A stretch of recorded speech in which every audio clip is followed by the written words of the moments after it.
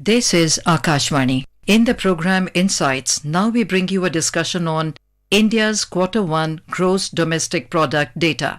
The participants are Maithili Bhusnurmat, economic analyst, and Rajesh Lake, anchor. Maithili, a warm welcome to the show. India's April-June growth stands at 7.8% as against 6.5% in Jan-March and 11.9% in April to June 2022. What's your take on it? See, overall, the number does look quite encouraging at 7.8% GDP growth in real terms. It does make India one of the fastest growing major economies in the world, and that is something certainly to cheer. But if you look at below at the superficial numbers, and as you mentioned, the Q1 of the last financial year was much higher at 13.1 if you're looking at the GDP growth numbers. So it does seem as if 7.8 is a dip, even though it is higher than 6.5% sequentially, that is Q4 of the last financial. But the problem with these GDP numbers, especially quarterly numbers, is that we still haven't overcome the base effect caused by COVID. Because what happened in the COVID years, that GDP saw a sharp contraction in the first quarter. And as a result of which all subsequent GDP numbers, particularly quarterly numbers, have always been affected by what we call the base effect, what statisticians call the base effect. So the number does have to be taken with a pinch of salt, but overall the trend is upwards. So if you plot the quarterly GDP numbers, it does look a bit like a seesawing number, it goes up and down, the graph goes up and down, but the trend line is upwards and it's fairly sharply upwards. So that is something that is a little encouraging overall. But if you look at the disaggregated numbers, particularly the sectoral numbers, then there are some reasons for concern. Let me start with agriculture, which is, in terms of the number of people employed and in terms of the percentage of population dependent on that sector, the largest sector to date. Even though services contributes the greatest amount to the GDP, the fact is agriculture still accounts for a large number of people, large percentage of the people dependent on agriculture. So there, if you look at agricultural growth, in the first quarter, it grew only by 3.5%, as against 5.45% in the previous quarter, that is Q4 of the last financial. Of course, higher than 2.4 in the comparable quarter of the last year. But as I said, these numbers are not very strictly comparable. Slightly worrisome thing about this is given the fact that we definitely are now experiencing El Nino, and the verdict is still, not in on whether overall the monsoon is satisfactory or not. And we have seen that there are both temporal as well as spatial distortions in the way we've seen rains in the country this year. The fact is, the subsequent quarters, we might see agriculture growth dip even more. And that would be worrisome precisely because I said such a large percentage of the population does depend on agriculture for its income. So even though overall 3.5 does not look too bad, the fact is that the outlook for agriculture is not very good. Then let me go to the other 2 or 3 sectors which are a little worrisome. Manufacturing is where we normally expect jobs to be created because every economy, as you know, transitions from, a dependence on agriculture, then to manufacturing and to services, transited from the agriculture stage directly to services, with services contributing almost 60% of GDP. But the fact is that services cannot provide that many jobs. It also provides jobs for a relatively skilled section of the population.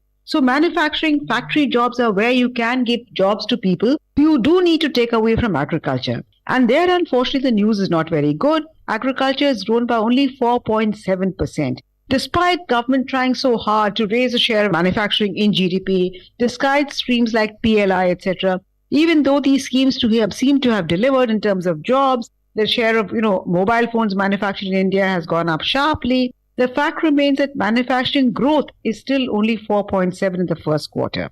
Another sector which we normally turn to again for jobs is construction. Here again, the growth is only 7.9%, as against 10.4 sequentially. This is the previous quarter of the last year. This is rather puzzling because the government has stuck to its promise of spending on capital expenditure, essentially infrastructure. We have seen large-scale, spending on infrastructure, particularly roads, railways, bridges. Despite that, construction, which is the first sector which should immediately be impacted by government spending on infrastructure, that doesn't seem to have translated into growth. So we're seeing only 7.9% growth. This is lower than, as I said, sequentially, and much lower than the 16% growth that we saw in the first quarter of the last fiscal. So construction numbers look rather puzzling and also worrisome because construction employs not only large numbers but relatively unskilled workers, the bottom of the pyramid. So slow growth in construction seems worrisome, but I think these numbers should be revised upwards because it doesn't seem to fit with the overall picture.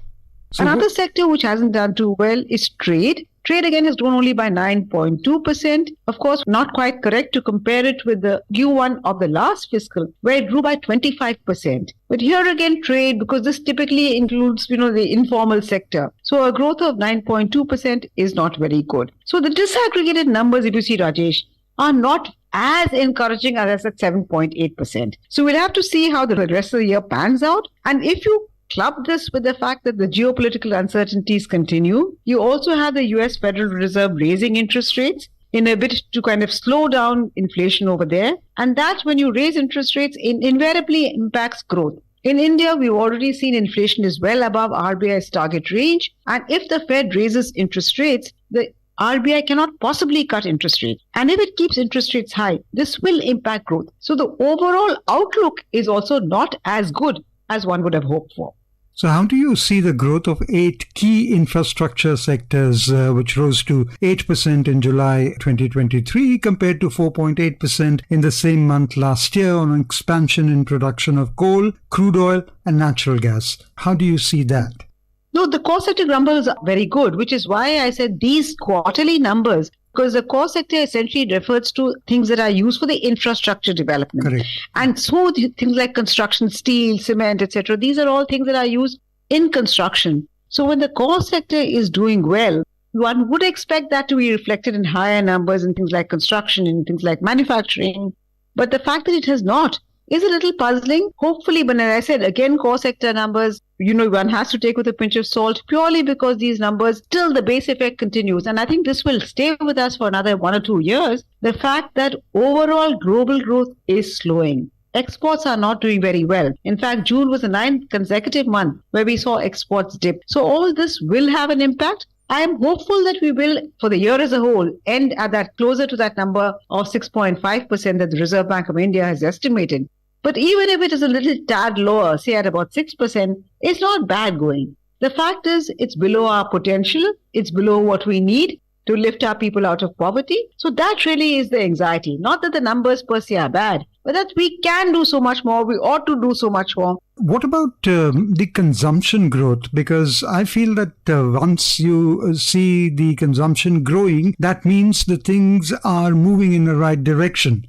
So from 6% as against 2.8% in Jan-March, this is quite a jump. Though April-June 2022, it was 19.8%. But still, it's moving in the right direction.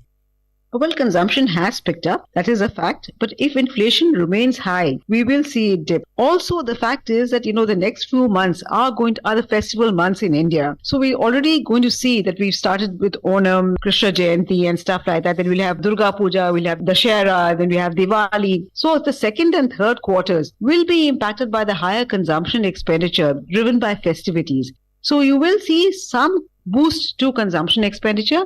And the hope is that as people start spending more and capacity utilization picks up, we'll see private sector investment also pick up. Unfortunately, even though we keep talking about private sector spending and investment happening, if we look at the ratio of investment to GDP, that has remained stuck at about 34.7, both in Q1 of last year and Q1 of this year. So as I said, these numbers really don't, it's like a jigsaw puzzle where the pieces don't fit in very well. There are some pieces which you have to push them in to make them fit. And so one is hoping that when the final picture emerges, because Q1, as I said, quarterly numbers are frequently revised. The annual numbers, the yearly numbers are not revised that much to that extent. The statistical noise, as economists and statisticians call it, that comes down in the annual numbers. So overall, I think we should grow by somewhere between 6 to 6.5%. So that should help us. Remember, the G20 is on coming month, and we're speaking just on the eve of the G20 meet. And this should be a huge improvement as far as, tourism, travel, hotels, etc. are concerned. So hopefully the next 2 quarters, that is Q2 and Q3, should see a pickup in growth as comparable quarters of the last year. So overall, I'm not disappointed, but we clearly need to do much more to ensure that the private animal spirits are somehow, kind of made to feel more enthused, because government has done its bit. The hope is that when government spends, it'll crowd in private investment. That doesn't seem to be happening as yet, even though we keep talking about green shoots, high frequency. Hope is that Q2 and Q3 will see that pickup in consumption, and hence investment will follow. So what are the factors which will bring about expenditure growth of the government in various sectors? Particularly, I feel that infrastructure sector is one area where the government will or would like to spend more. I think one must give the government its due, because it has, in fact, in the past 1 year or over 1 year, it is government spending, especially infrastructure spending, that has really held up investment overall. But the fact is, we must remember that the government doesn't have unlimited funds at its disposal. And as we've seen with tax revenues are now seeing a slowdown. So where will government spend from? If on the one hand we wanted to ensure that the fiscal deficit does not go through the roof and the government is fiscally careful, then in that case, it cannot spend more than what it gets. Already we have a fairly high fiscal deficit compared to other developing countries at our level of development. So the fact is that unless tax revenues grow, and that is a function of how the economy does. So this really is a problem with macroeconomics.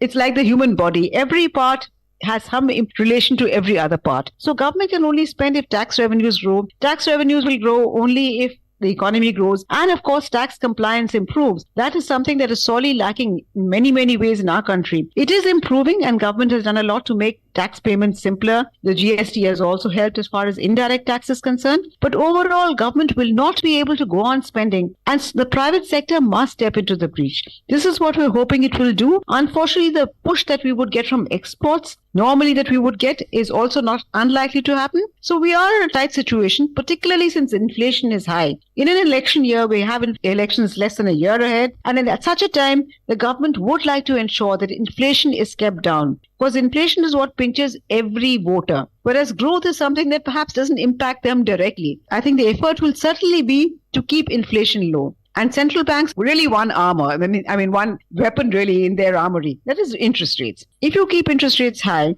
then it's bound to impact growth. So overall, it's going to be a tightrope walk, both for the government and the RBI. But overall, like I said, when you look around, especially if you look at China, we always used to compare ourselves with China and say, look at China growing so fast. Ultimately, we are growing faster than China. And it looks like, despite all the pain, the Indian model might be the more sustainable long-term model to success.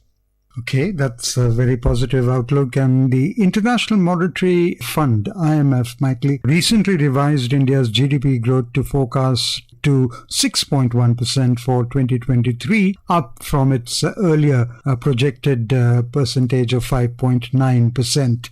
The upward revision came in view of stronger domestic investment.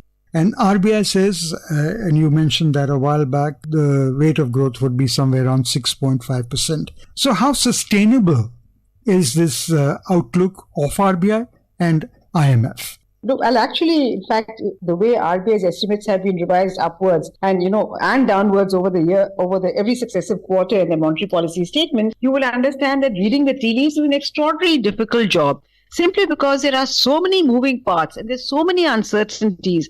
One really doesn't know which way, growth will pan out, which is why you see frequent revisions. So I would hesitate to kind of pinpoint an exact number like 6.1, 6.5. I would say a range is a better way of doing it, because then you're more likely to kind of be somewhere within that range. It's far too difficult for us to say exactly where it will be, or how petrol prices will be. So there are so many uncertainties, and now we don't know exactly how the impact of the slowdown in China, it seems much more serious than we in India have given credence to it so far. And while a slowdown in China might be good news for us as far as commodity prices are concerned, it is bad news when it is the second largest economy in the world slowing down so dramatically. So I would hesitate to pinpoint an exact number, particularly in decimal places, but I think we would be able to do between 6 and 6.5, and that, as I said, is not bad doing at all, at a time when globally, not just in China, but Europe, all over the world, there are distinct signs of slowdown. But that doesn't mean we get complacent. We can't. We need to do reforms, we need to invest, and the private sector must step in. On that note, Maithili, we would like to thank you for being with Akashvani. Thank you so much, Rajesh. You were listening to a discussion on India's Q1 gross domestic product data. The participants were Maithili Bhusnurmat, economic analyst, and Rajesh Lake, anchor. This program was produced and presented by the News Services Division of Akashvani. You can listen to it on our mobile app News on Air. This program is also available on our YouTube channel News on Air Official.